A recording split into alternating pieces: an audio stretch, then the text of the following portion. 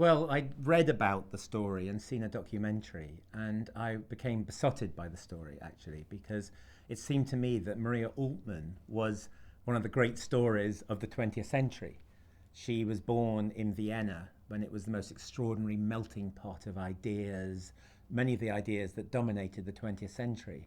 And through a series of extraordinary events, she lived most of her life in the United States. And of course, you could argue that the 20th century was the American century. So, in some ways, she was symbolic of the 20th century. So, it was a tremendous honor to be able to tell her story. We meet Maria Altman towards the end of her life, now living in Los Angeles, where she's lived for maybe half a century. And she hears that the art restitution laws are changing in Europe and decides, as the last living member of her family, to fight a campaign to try to get back the paintings that were taken from her family in 1938 when the Nazis arrived in Vienna.